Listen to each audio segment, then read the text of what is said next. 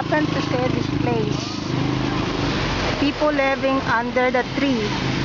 So poor. I would ask them why they are here.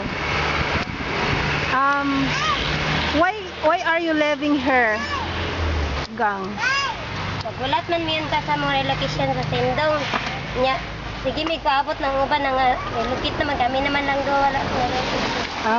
They are waiting for relocation of the victims of Sindong, but up to now others are already relocated, but they are still in this place. So poor. Oh my God.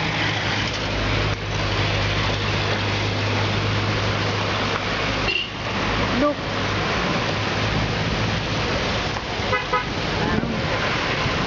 Look. This is how they live. So miserable life. Look. Oh my God. This.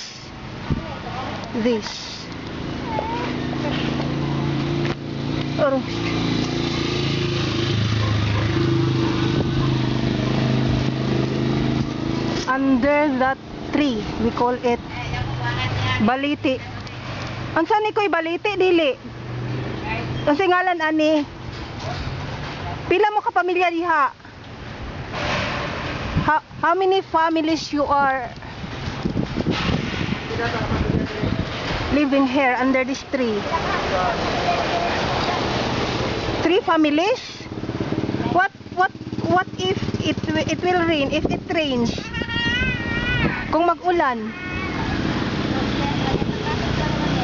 I see, you will just make a little shelter for yourself. Oh my God, okay. Thank you.